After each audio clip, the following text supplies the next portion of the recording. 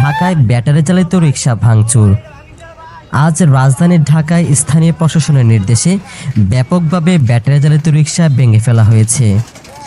সকাল থেকে নগরীর বিভিন্ন এলাকায় অভিযান চালিয়ে রাস্তায় শত শত ব্যাটারি চালিত রিকশা জব্দ ও ভাঙচুর করা হয়।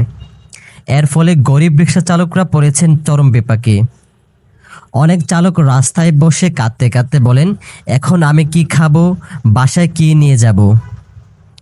সরকারের পক্ষ থেকে দাবি করা হয়েছে, ব্যাটারি চালিত রিকশা শহরের ট্রাফিক ব্যবস্থায় বিশৃঙ্খলা সৃষ্টি করছে এবং এগুলোর অনুমোদন নেই। তবে চালকদের অভিযোগ, অনেকের জীবন শেষ সঞ্চয় দিয়ে এই রিকশা কিনেছিলেন।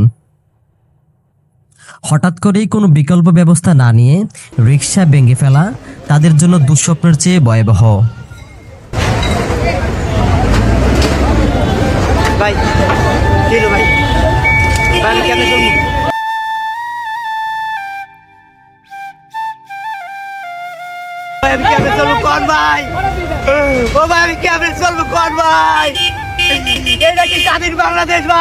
মিরপুরের এক চালক বললেন, বাড়িতে চাউল নাই, আজ এটা চালিয়ে কিছু একটা রোজগার করতাম।